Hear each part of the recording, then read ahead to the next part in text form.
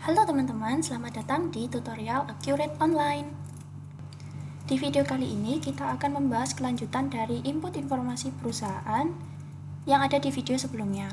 Pada tahap ini kita akan menginput akun dan saldo awal perusahaan. Nah, setelah login ke Accurate Online, teman-teman akan disambut oleh jendela persiapan data perusahaan. Di sini terdapat 5 poin yang harus teman-teman isi atau teman-teman buat. Yang pertama ada kas dan bank, lalu yang kedua ada akun perkiraan. Yang kas dan bank kita bisa menginput melalui akun perkiraan juga. Jadi kita akan langsung membuat akun perkiraan atau mengimpor akun perkiraan. Cara untuk membuat akun perkiraan adalah masuk ke buku besar, lalu klik akun perkiraan.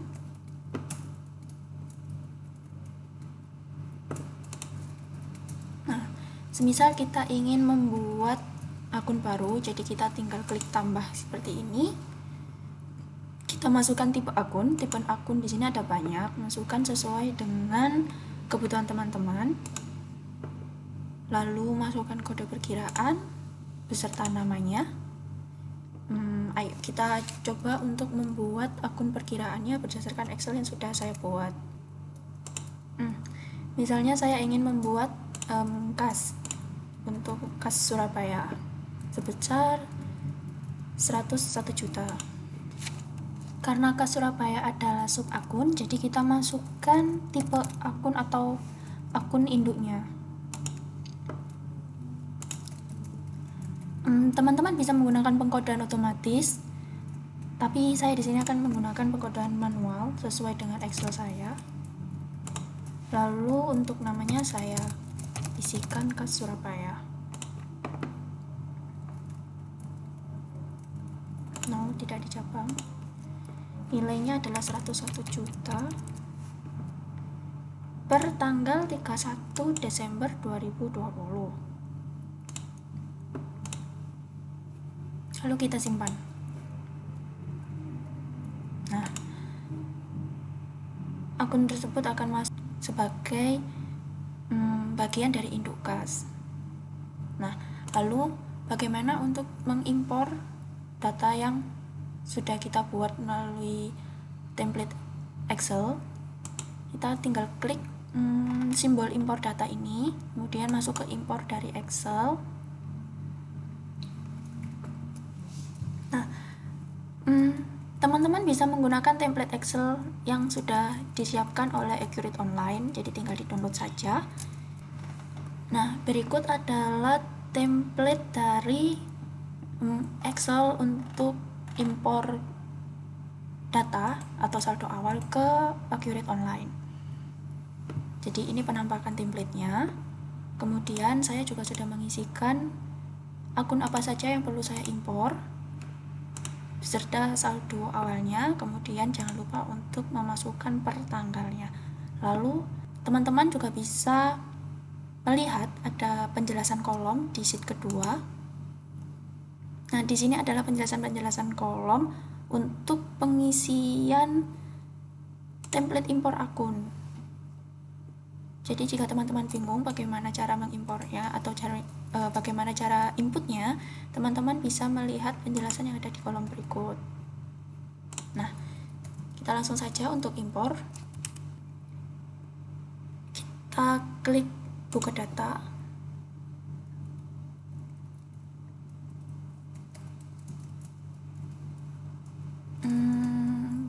Kita pilih file, kemudian open, lalu kita klik unggah. Lanjutkan saja. Saya akan mengklik kolom yang ada di pojok kiri atas ini, lakukan update data, karena saya sudah memiliki akun perkiraan sebelumnya, tapi memang belum terisi. Jadi saya akan melakukan update data. Jika teman-teman sebelumnya masih kosongan atau belum ada akun perkiraannya, tidak usah dicentang, tapi saya di sini akan mencentangnya. Lalu klik lanjutkan.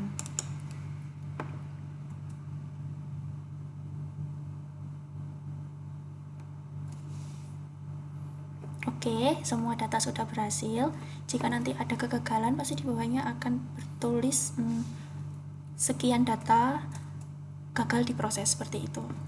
Jadi kita tutup, kita lanjutkan untuk mengimpor pemasok.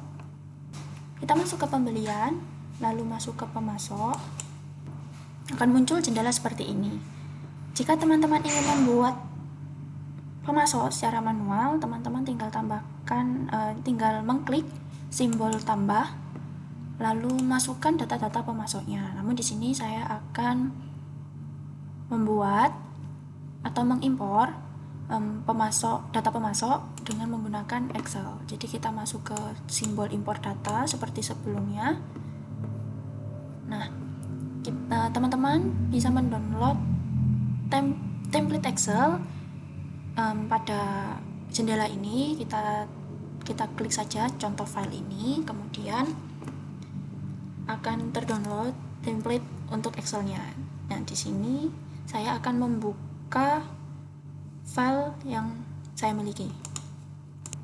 Di sini adalah data awal atau data dari nama-nama pemasok database saya. Kemudian saya akan menunjukkan daftar pemasok yang sudah saya isikan berdasarkan template yang ada di Accurate Online. Teman-teman bisa mengisikan semuanya sesuai dengan identitas pemasok yang teman-teman miliki untuk database teman-teman atau untuk perusahaan teman-teman.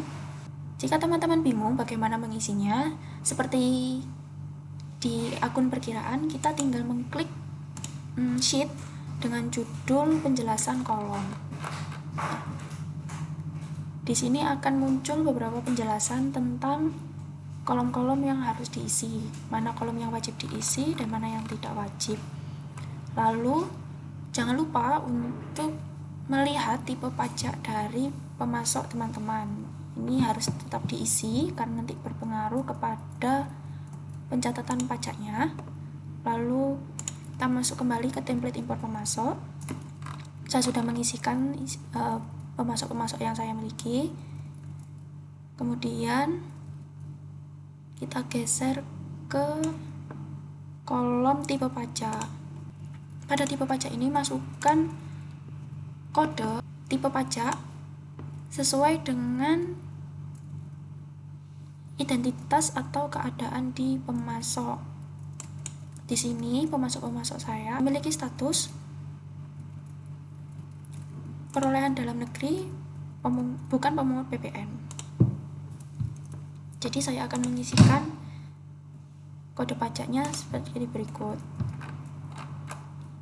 Harus diisi, jadi jangan sampai lupa. Kemudian saldo awal pertanggal juga sudah, 31 Desember 2020, saldo awal sudah. Mata uang utama. Di sini saya akan mengisikan rupiah. Oke, sudah semua, maka kita coba untuk impor.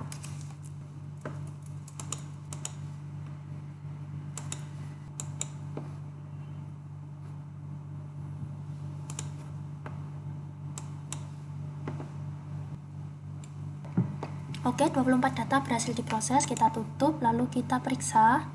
Oke, sudah terinput semua. Kemudian kita lanjut ke impor pelanggan. Teman-teman bisa mengklik impor pelanggan yang ada di sini ataupun masuk ke penjualan, kemudian kita klik pelanggan. Seperti sebelumnya akan muncul jendela seperti ini. Ini adalah jendela untuk mengisi data baru dari pelanggan secara manual. Namun di sini kita akan mengimpor semuanya saja langsung. Seperti sebelumnya juga, teman-teman bisa mendownload template Excel pada link berikut. Ya, hampir lupa. Untuk pengisian data pelanggan, teman-teman harus memperhatikan tentang tipe pajak pelanggan. Nah, di sini apa sih yang dimaksud dengan tipe pajak pelanggan? Jadi untuk pelanggan-pelanggan berikut, teman-teman akan mengisikan sebagai apa atau statusnya sebagai apa, bukan pemungut PPN, atau PPN dibebaskan. Penjelasan tersebut bisa teman-teman lihat di sheet penjelasan kolom. Nah, ini adalah petunjuk untuk pengisian tipe pajak. Menurut saya, untuk pengisian tipe pajak itu harus dilakukan karena nanti berpengaruh kepada pencatatan perpajakannya di Accurate Online. Jadi, ya kita harus mengisikan sesuai dengan status dari pelanggan kita. Nah, lalu kenapa ada dua tipe pelanggan yang saya masukkan dengan nama yang sama? Jadi di sini ini adalah pelanggan dengan kode PPN 01 di mana dia akan dikenakan pajak sebesar 10%, dan yang kedua adalah tipe pelanggan untuk kode pajak 08 di mana barang-barang yang mereka beli dari kita itu dibebaskan dari PPN 10% seperti itu. Kita tinggal mengimpor saja seperti sebelumnya. Oke, sudah masuk, kita unggah. Kita lanjutkan, lalu kita lanjutkan. Oke, semua data sudah masuk. Kita close. Pelanggan sudah, sekarang ke barang dan jasa atau pada persediaan. Seperti sebelumnya, teman-teman bisa mengklik impor barang dan jasa yang ada di sini, atau teman-teman bisa masuk ke persediaan, kemudian masuk ke barang dan jasa. Ini adalah jendela untuk pembuatan data baru dari barang dan jasa. Kita skip, kita akan melakukan impor. Seperti sebelumnya, teman-teman bisa mendownload template melalui link berikut yang contoh file ini, kemudian tinggal pilih saja.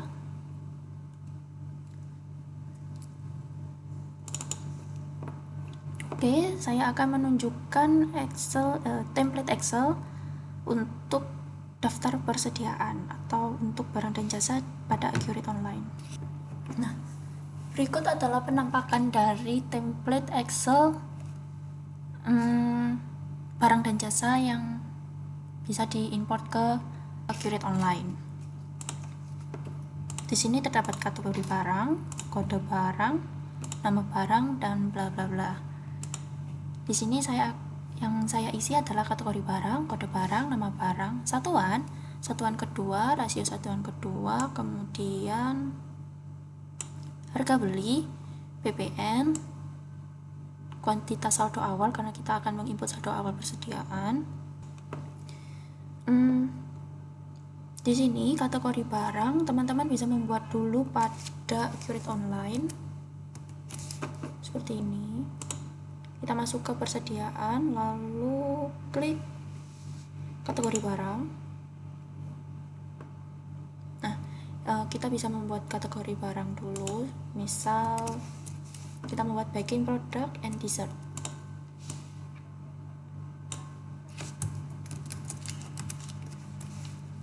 Seperti ini. Lalu kita simpan. Nah, maka akan muncul kategori barang seperti ini.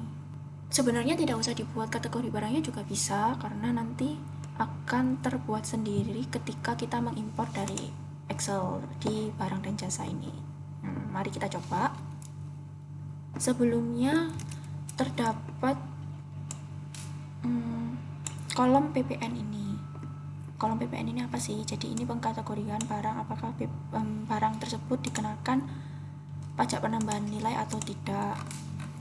Di sini saya akan membagi menjadi dua, yakni PPN 01 atau PPN yang dikenakan pajak 10% dengan PPN 08 atau barang yang dibebaskan dari PPN 10%. Untuk itu saya akan membuat dulu kategorinya atau kategori pajaknya. Nah, kita masuk ke perusahaan, lalu pajak, lalu kita klik tombol tambah ini, kita pilih pajak pertambahan nilai, kita beri nama PPN 01, persentasenya 10%, akun pajak penjualannya adalah PPN keluaran. Nah, kemudian pajak pembeliannya PPN masukan. Oke, sudah. Lalu kita klik simpan. Nah, kita buat lagi untuk pajak pertambahan nilai PPN 08 atau yang dibebaskan. Persentasenya 10%, kemudian akun pajak penjualannya adalah PPN keluaran. Untuk akun pajak pembeliannya seperti sebelumnya PPN masukan. Kita simpan. Oke. Lalu kita kembali ke impor barang dan jasa, kita masukkan file untuk template impor barang dan jasa yang sudah kita isi, kemudian kita unggah, lanjutkan, lalu lakukan update karena saya tadi sudah membuat kategori barangnya, lalu lanjutkan.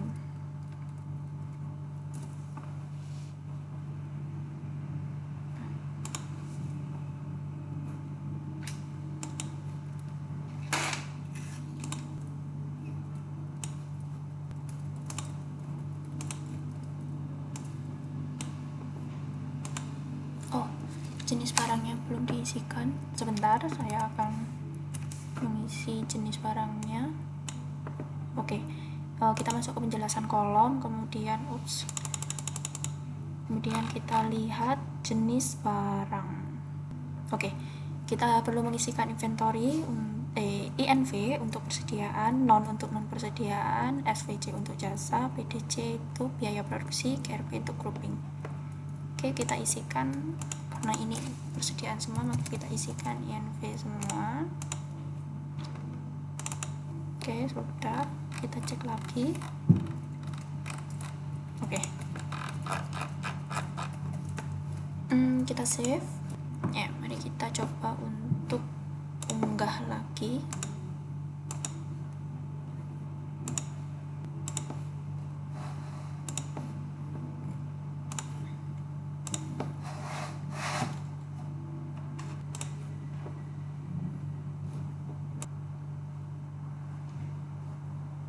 Oh ya, gagal lagi karena akun diskon penjualan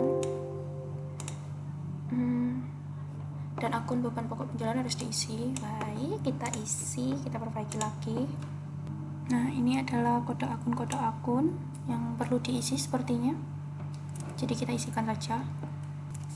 Oke, sudah terisi semua akun-akun yang diperlukan sepertinya, lalu kita simpan.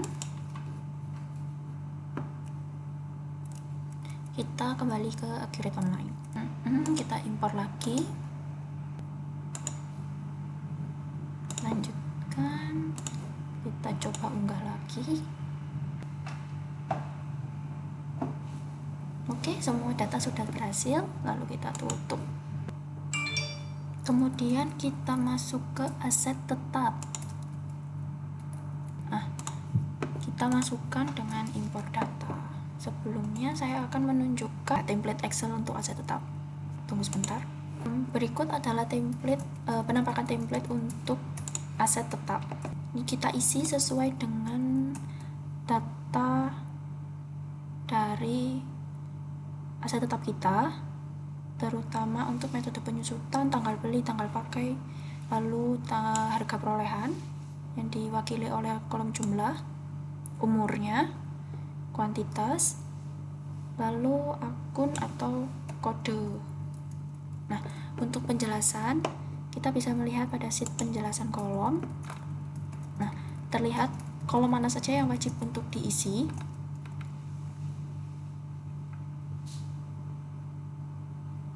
Oke, karena kita sudah mengisi, lalu saya akan mengimpor data ini ke Accurate Online.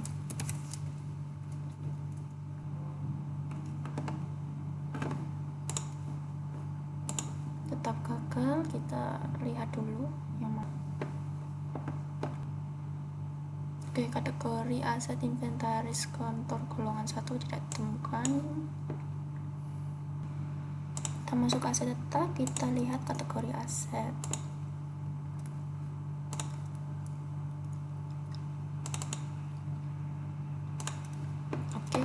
masukkan kategori asetnya secara manual.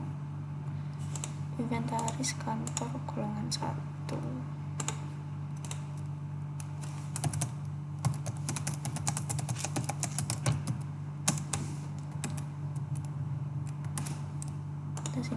Oke, kita coba impor lagi.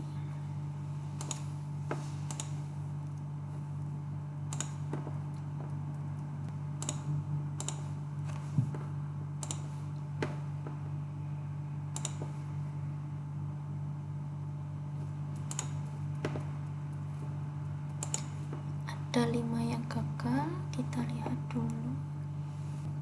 Oke. Oh ya, ternyata untuk 4 yang ini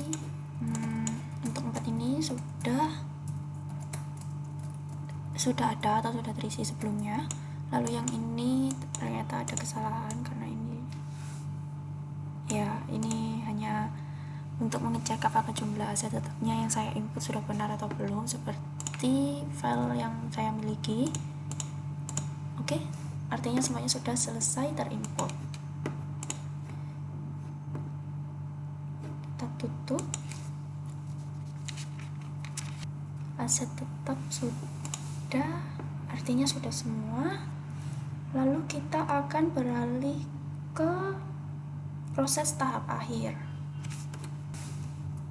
Nah, untuk proses akhir persiapan data awal perusahaan, yang pertama ada tutup buku, di mana tutup buku ini jika teman-teman memiliki atau di database teman-teman memiliki rate untuk US dollar, kalian harus melakukan proses akhir bulannya dulu. Kemudian setelah tutup buku, yang kedua adalah pengecekan atau mencocokkan saldo awal dengan saldo akhir yang ada pada laporan manual. Oke, kita pindah ke Accurate Online. Nah, bagaimana sih caranya untuk melakukan tutup buku? Kita masuk ke perusahaan, lalu kita lakukan proses akhir bulan, pilih bulannya, bulan Desember, lalu tahunnya 2020, mata uang rupiah, sudah, lalu kita simpan.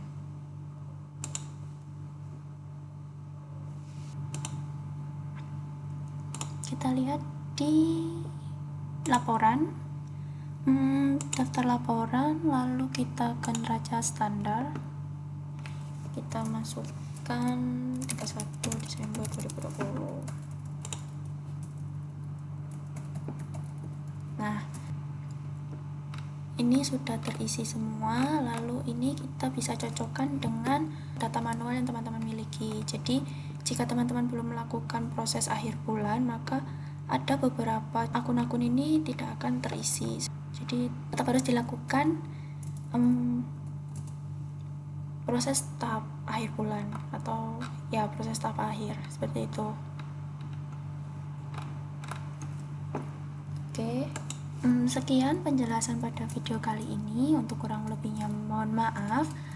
Kemudian untuk pengisian saldo awal dari perusahaan untuk membuat database baru memang gampang-gampang susah, perlu ketelitian, lalu perlu juga ketepatan, juga data-data yang benar atau data-data yang sesuai yang bisa diisikan, seperti itu.